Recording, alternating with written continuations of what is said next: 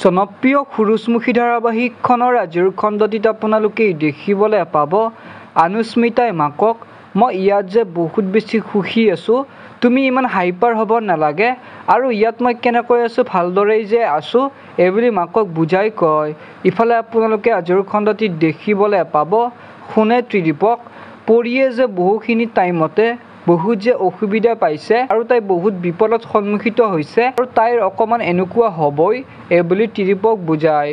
লগতে আপোনালোকে আজিৰ খণ্ডটিত দেখিবলৈ পাব অনুস্মিতাই দেউতাকক মোৰ ফাৰ্ষ্ট প্ৰায়ৰিটি যে মোৰ ফেমিলি আৰু তাৰ কাৰণে যে মোৰ প্ৰফেশ্যনেল জীৱনত কিবা প্ৰভাৱ পৰিলেও মই একো কথাই নামানো, মই সদায় ফেমিলিকে নাম্বাৰ 1 বুলি ভাবিম এইবুলি দেউতাকক ক'ব।